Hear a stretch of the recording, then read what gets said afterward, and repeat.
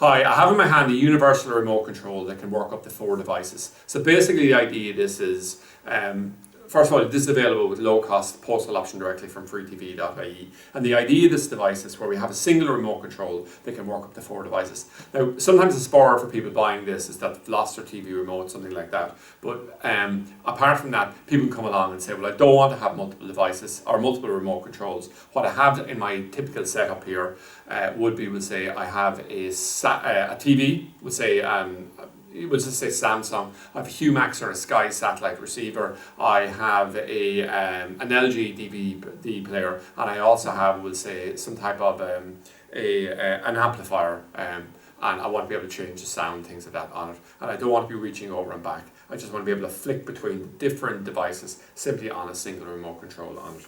So if we look at the design of the remote controls, you'll see there's a lot of functionality built into it, from play functions, the numbers, the volumes, etc. And also then what we'll see is that we have a mode button to allow us to flick between modes. So if we're using the remote in normal operation, we'll hit through the modes and find out we want this particular output on it. And the modes are TV, satellite, DVD and amplifier on it.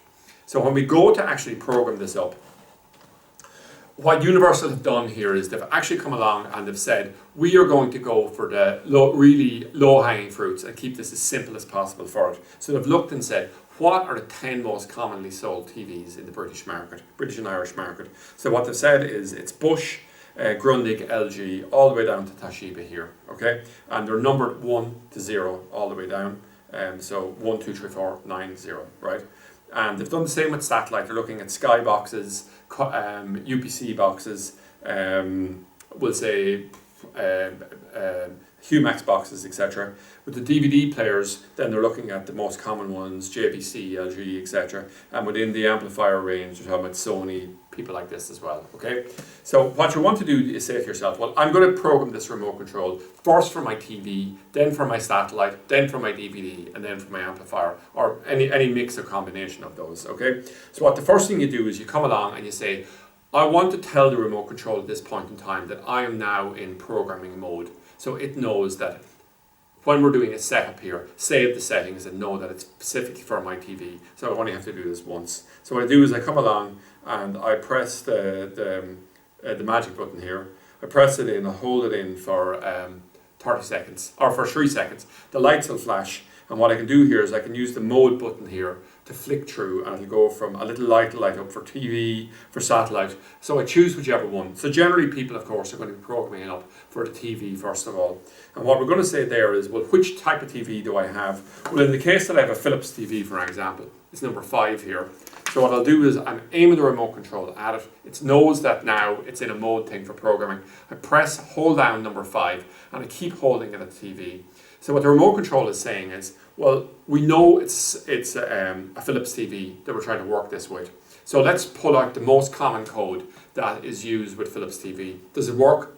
If it does, send a signal over to the TV to turn it off. If it doesn't work, we'll try another code in another 2 or 3 seconds. And it keeps going through all the possible codes. The moment your TV turns off, what you do is you just release the button. And now the remote control says to itself, hang on, we haven't got to the end of the 36 seconds that would take to go through all the possible combination of codes in it. The guy has released the remote control. The last code I sent over to the TV must have turned it off. It must be the code for that television. And what happens then is it saves that into memory as being the remote control for your TV. And what you can do at that point is you come along, you can press the on button and your TV will obviously flick back on. Okay? So you've got that done. And the next thing is, you can move on to your next thing, which will be the satellite. So you go into the magic button, you go to the mode, you do it for it, and you repeat the process all the way through. Now let's take the example, we'll say, for one of the devices that it doesn't automatically work on the first one. So we'll say automatically, pressing number 5, you tuned in, it worked perfectly for the Philips TV. And then the next one then, the Humax satellite receiver, just putting program in, or we'll say if you have a lesser known brand of Humax or a lesser known brand of satellite receiver and you're saying, how will I tackle this? Well, if you look at the manual we're after giving you in relation to us, we'll come along to the satellite thing and we'll see there's a particular code allocated to various ones. So if I come along to the satellite receiver, I'll see there's one here called IP Vision, and the code for IP Vision is 2455. Okay, so what I'll do in this case is I just look at the second method that's outlined here, which is the direct code method. So it tells us, first of all, look up the code. It tells us then, press the magic button, choose that we're working on the satellite receivers, and enter the 4-digit code here, and then press the power off button. And if it powers it off, we will know that it's after working and it's saved it. If not, we come along and we just repeat the steps and keep putting in the codes until we find one that works. Now the very, very final option is a search method, where it'll actually go through, you set it up and you go through a search method, and it searches every conceivable code really, all the way through, and it's slow and laborious, but it will get you over the line unless you have, you know, a television that was made in Afghanistan, okay?